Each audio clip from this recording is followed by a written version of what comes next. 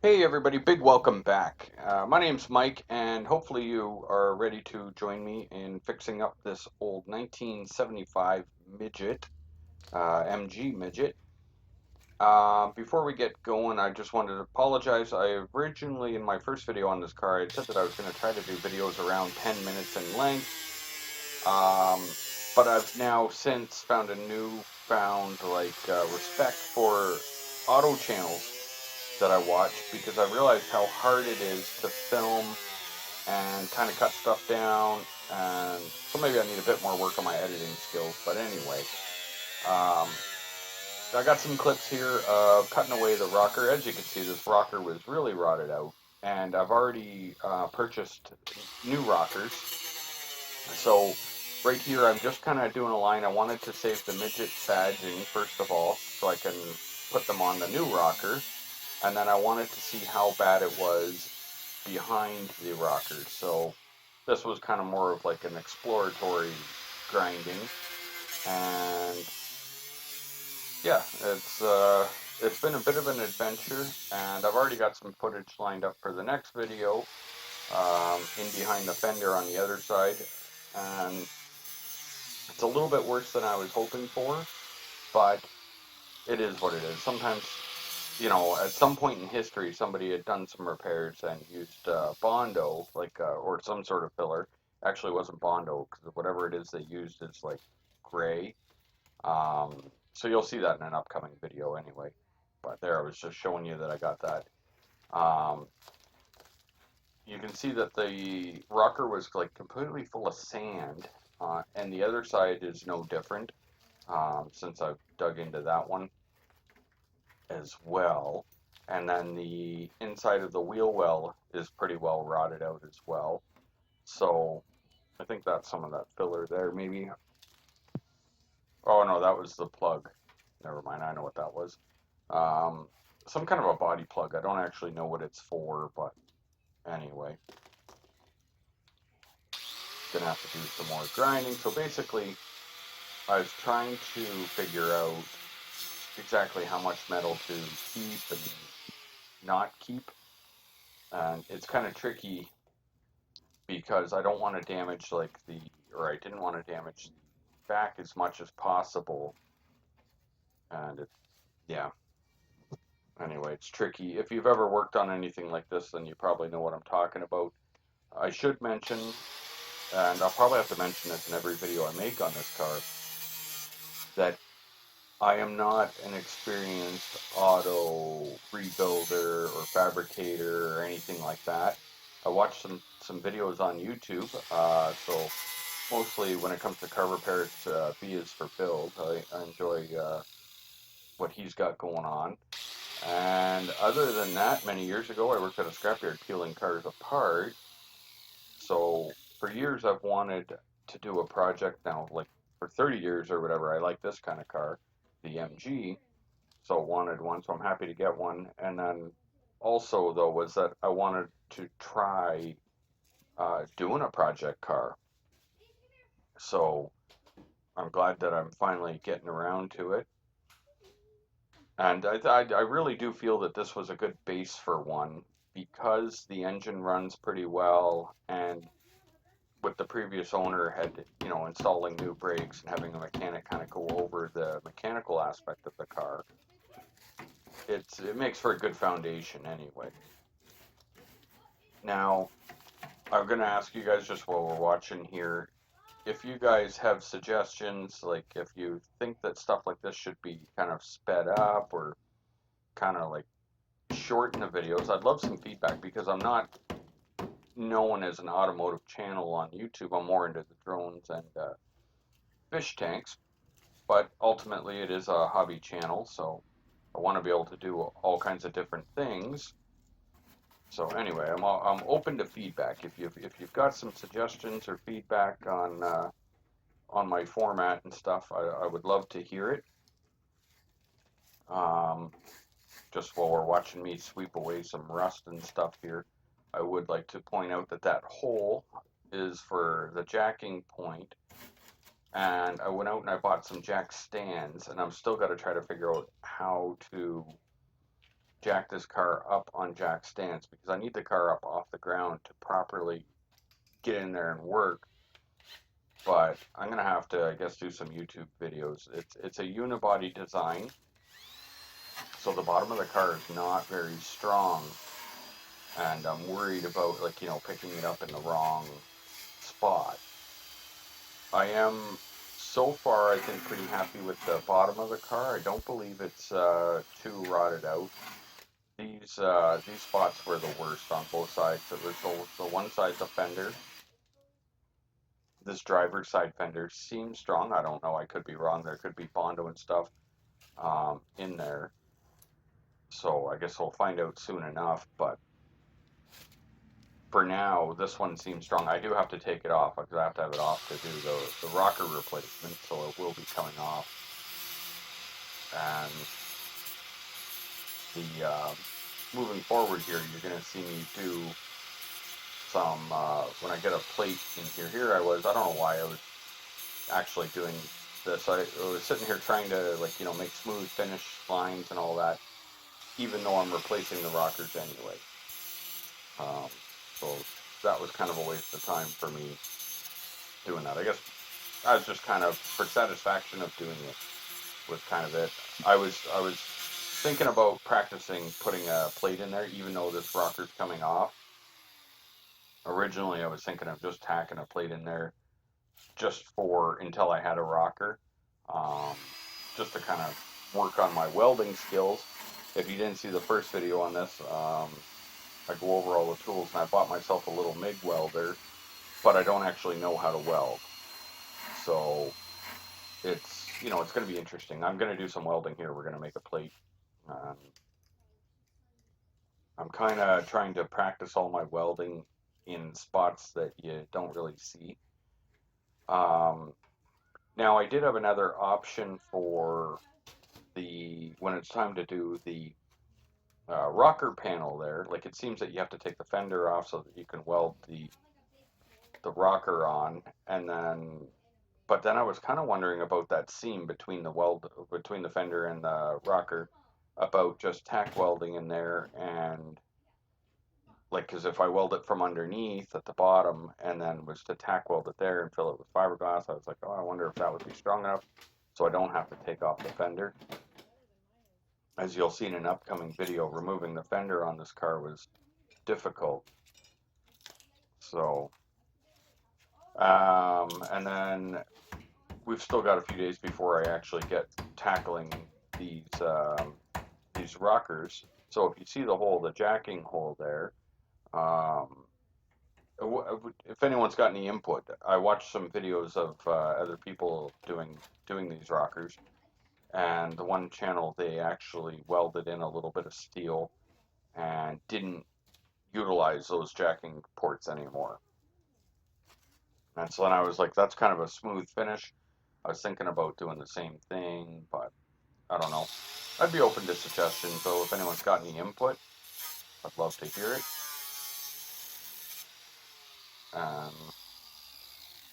Yeah, I don't have any regrets buying the car, in case anyone wonders, like, as much rust as I find and stuff. I still think it was a great deal for what I paid. And I think that's a good learning experience. Now, I am going to try to make this look as good as I could, or can, but one thing I had thought of, it would have been sweet to do a rat rod. I don't know, if you're not familiar with a rat rod, go ahead and pause the video and Google rat rod.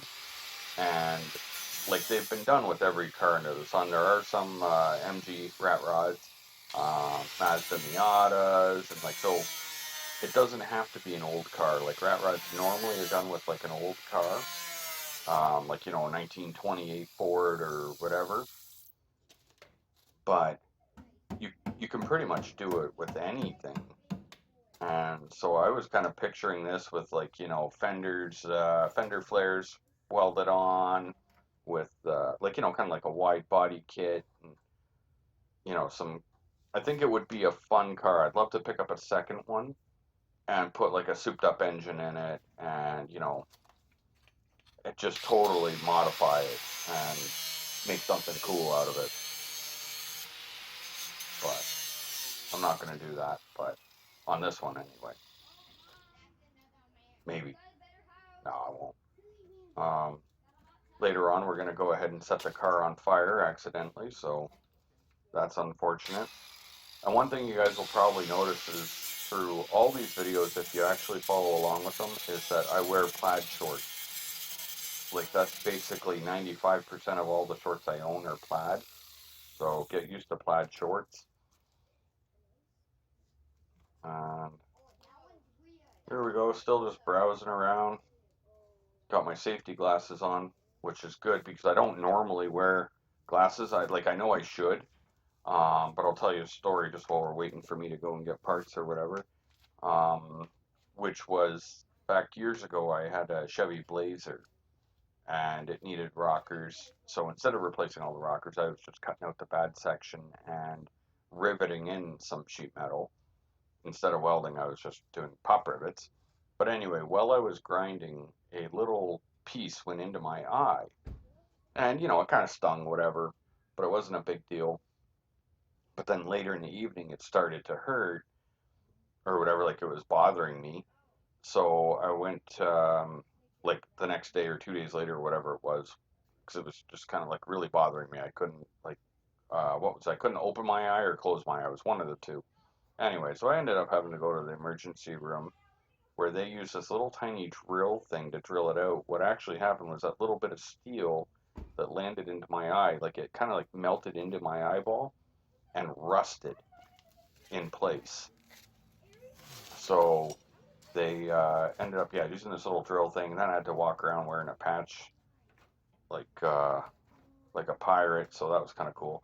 So what you're going to see me doing here is sticking cardboard in here and then trying to draw a template. And this is purely just from watching other car videos. So if you don't like what I'm doing, blame them, because ultimately I'm just watching other people's videos and trying to come up with a plan myself. So you'll see. Then I was trying to check how much room I had up in there, and I was like, all right, well, I kind of want to get the metal up as high as I can in there. So bear with me while I make my plan. And then there's like, I think it's called a pinch rail at the bottom there. So I was kind of like figuring out, okay, where would the bottom be? And then if I got to do a pinch rail, and you guys are going to watch me hand form this. So, and I'm sorry if I'm like boring. It's not, I realize it's not the most exciting video, but I'm sure for some people that maybe, want to do something like this, but just don't have the space or whatever the case may be, hopefully you're enjoying following along. This should be a really cool, you know, eh, project or experiment, whatever you want to call it, by the time it's done. So I like the car. I can't wait to get out there and actually drive this car. I'm going to make some videos of that. Obviously we're going to do the whole rebuild thing first, and um, I'm going to cut some steel here. And once again, I don't really work with, because I do home repair, so I don't normally work with sheet metal and stuff, so I don't know if this is necessarily the best way to cut it, but it worked. But what was I going to say? Oh, for insurance, so I'm insured through Haggerty. So basically, my other vehicles are with cooperators. So I called them up last week, and I'm like, hey, I'm buying this car and need some insurance. Well, that was getting a little warm on the wieners. Anyway, and the lady's like, because originally I didn't want the insurance until like the following week or whatever, and she's like, well, you should really have it insured while it's on a trailer, because if something happens, you may not have coverage. And I said, well, I thought, well, I'm pulling the trailer, it's covered. She's like, it is while it's on the trailer. But if you get in an accident and the car falls off the trailer, then it's hard to say if you'd have coverage. Anyway, she's like, you should get some coverage. I was like, yeah, okay, no problem. But I didn't have the model or the VIN number or whatever at that time. So she gives me a quote just based on the vehicle. And she's like, it'll be $1,100 a year.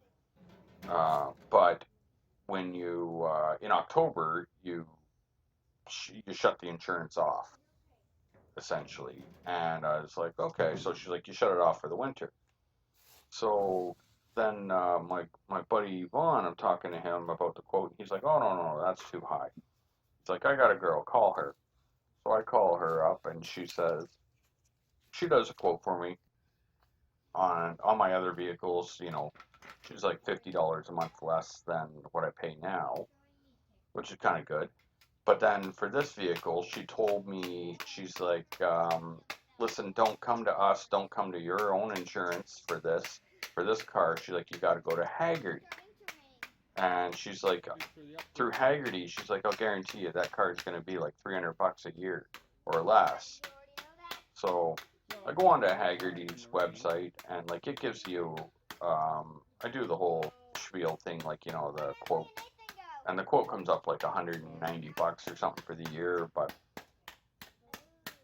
well, end of it. So I'm like, yeah, all right, that's good. I want to sign up. So sign up, put in credit card info and all that. Now I'm going to say that their website doesn't really explain too much, but so later on it ends up asking for pictures, but it's a bit of a process to get set up.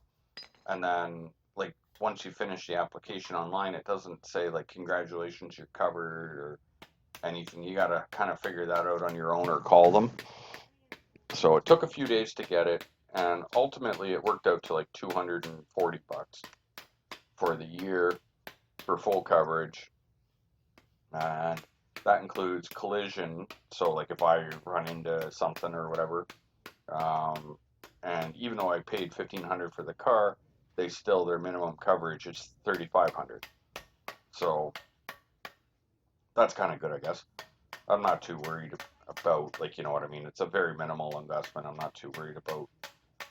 I wasn't worried about collision on the car, but it's included. So, like, on here where I am, you can select collision or just like comprehensive or whatever, like just the bare minimum. So hopefully you guys are watching me hand form this piece. Once again, this is just from kind of like what I saw on other people's videos. And I've never in my life hand formed sheet metal with a hammer, but I gotta tell you, when this is done, I'm actually pretty impressed. It went a lot better than I thought it would, because I don't have any kind of a metal bender or something like that. So this is me trying to make the pinch rail. Now, I didn't realize that I believe I don't actually have possession of my new, I don't have them yet, my new rockers, but I believe they actually come with the pinch rail built in, but I didn't know that. So I may have gone through all this work and building this thing for nothing. Like I may have to cut it off, or so I'm just leaving this spot alone until later in the week when I get my parts, and then I'll know. I got to drive like 5 hours to get them is the problem, like round trip, and then I'm also picking up the fender at the same time. So there we go. Checking out my part. Overall, I think that was a successful part, and then I still got to trim it a little bit in a second, but yeah. So back to the corner here. So I've still got some figuring out to do. Once I get this jacked up and I get the wheel off, that's when I can kind of try to rebuild the wheel well as well. But I was like, let's see here. I was like, I don't actually know how to box in this corner, but I imagine it'll be done from the inside and like, kind of making a L shape out of like, whatever, a box corner or something. Anyway, we'll see how it goes. I'm hoping I can figure it out. It doesn't have to be perfect. Like honestly, I'm not doing like a concourse quality finish here, obviously, being that I've never done anything like this before. But I figure how bad could it be? I watch some YouTube videos and generally that's all you need. Excuse me while I grab a sip of water. You guys just watch me grind.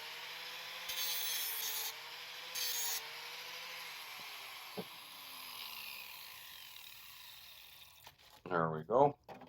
So now we're trying to test fit this, so there's a lot of things I don't understand about welding, like the sheet metal. I don't know if I'm supposed to grind down, like if that's a coating on it.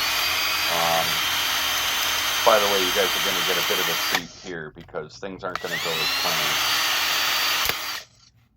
Oh, okay, so not that. Don't worry about this. This is not the funny part. It's coming up.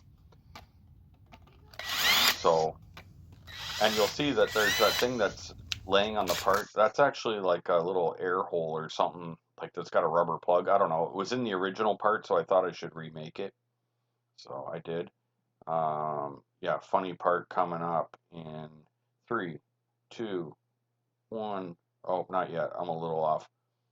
Yeah, funny part coming up in 3, 2, 1. Boom!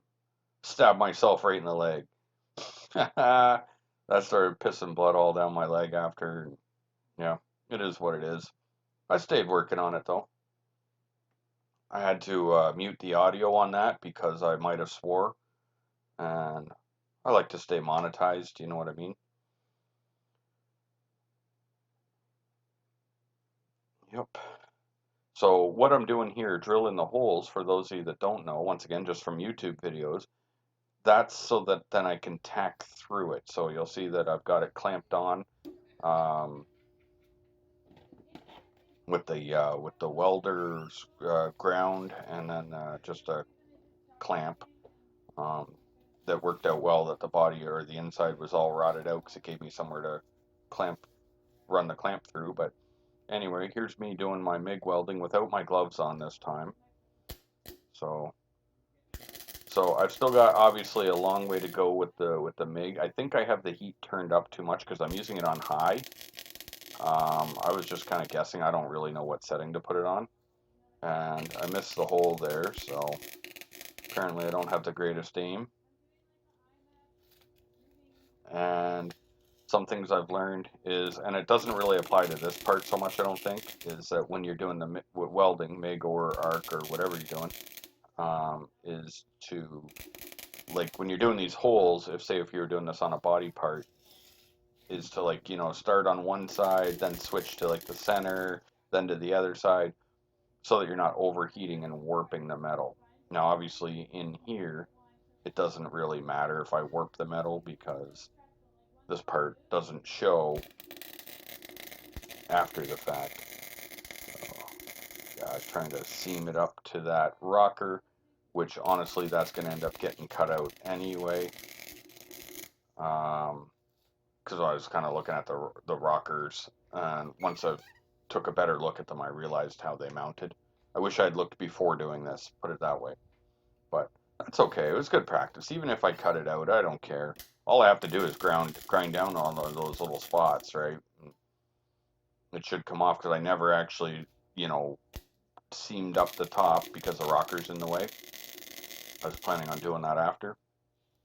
I guess it just sucks wasting a bit of time, but I don't know if anyone's even going to be still watching this, like, 20 whatever minutes into it.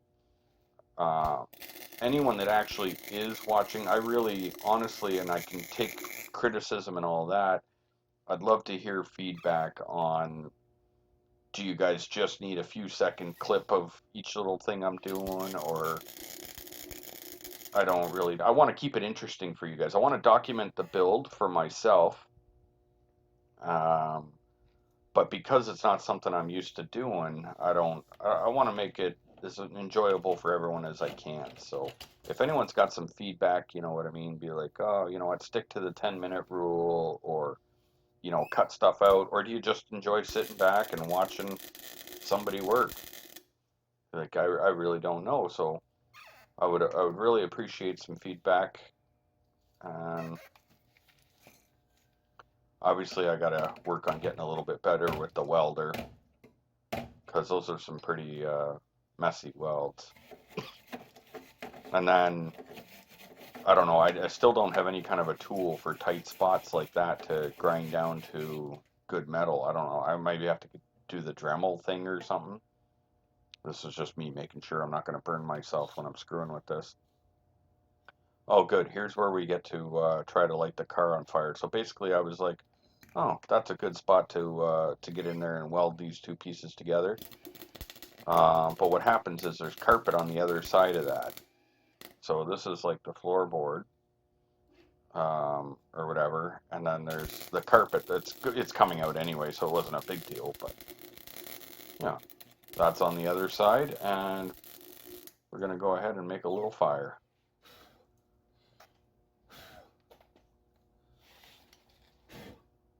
Yeah, yeah, and I got myself like a cool mask up at Princess Auto.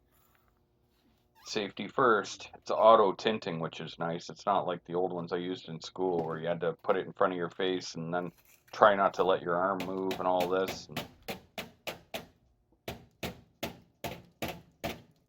Anyway, we're pretty much wrapping it up, guys. I know it's not that exciting of a video. I think when we get into some of the body, it'll be better. But thanks for watching, and stay tuned for more.